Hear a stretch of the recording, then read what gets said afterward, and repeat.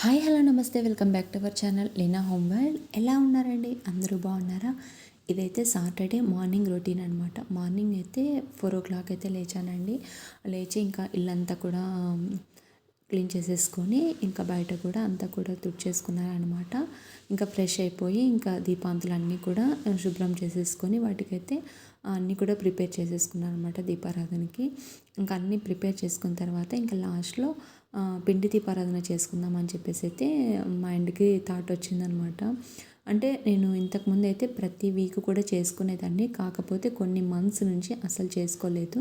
ఇంక ఇవాళ అయితే చేసుకుందామని చెప్పేసి ఇంక ఇంట్లో ఎలాగో వరిపిండి ఉంది కదా, చేసుకుందామని చెప్పేసి అయితే అనుకున్నాను అనమాట. ఇంకా అందుకోసం అయితే ఇక్కడ కొన్ని పాలును కొంచెం గీ అయితే మిక్స్ చేసుకున్నాను.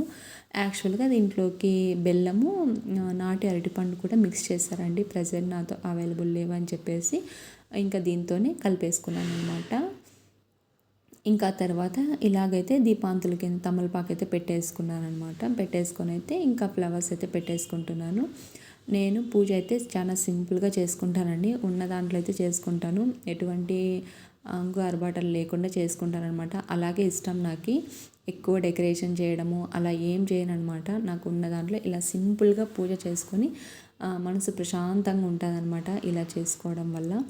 ఇంకా ఇక్కడైతే ఇంకా దీపాల వెలుగులో చూసారా మా దేవుని పూజా మందిరం ఎంత బాగుందో అసలుకి. ఆ దీపాల కాంతుల్లో ఆ స్వామి అమ్మవార్లను చూసుకుంటూ అలాగే కూర్చున్నాను అనమాట. మనిషికి చాలా ప్రశాంతంగా అనిపించింది ఈరోజు.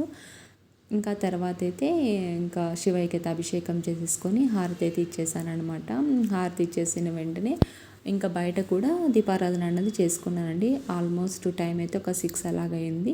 ఇంకా కార్తీక పురాణం అయితే ఇంకా డైలీ చదువుకుంటాం కదా, ఇంకా అది కూడా చదివేసుకున్నాను అనమాట.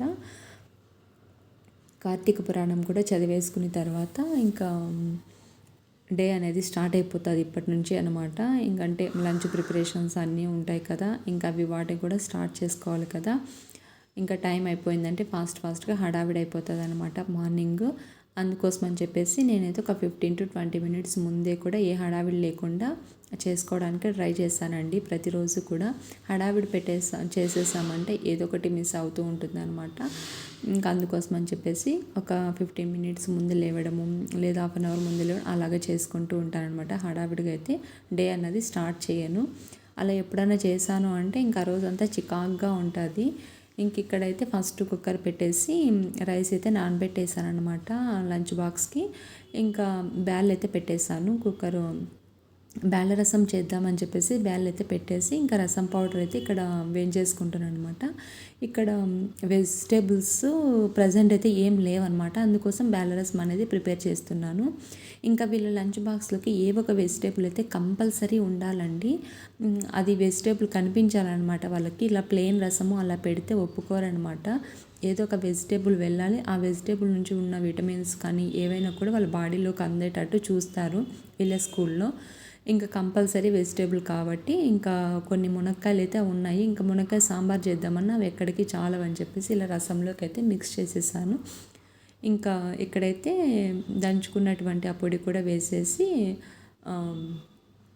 చింతపండు రసం కూడా వేసేసాను అనమాట. చింతపండు నీళ్ళు వేసిన తర్వాత ఇందులోకి ధనియాల పొడి, పసుపు, కారం పొడి, కొంచెం సాల్ట్, కొంచెం బెల్లం కూడా మిక్స్ చేసుకోవాలి. మనం వేసుకుంటే టేస్ట్ అనేది బాగుంటుంది. ఇంకా తర్వాత అయితే దీనికి పోపు అనేది పెట్టేసుకుంటున్నాను అనమాట. మార్నింగ్ కొంచెము అర్లీగా లేచామంటే ఎటువంటి హడావిడి లేకుండా నిదానంగా అన్ని పనులు కూడా చేసేసుకోవచ్చండి చకచక. అదే లేట్గా లేచామంటే హడావిడి అయిపోతుంది. ఒకటి చేసే దాంట్లో ఇంకొకటి చేసేస్తూ ఉంటానన్నమాట. నాకు అలా కూడా టెన్షన్ వచ్చేస్తూ ఉంటుంది టైం అయిపోతుంది అని చెప్పేసి.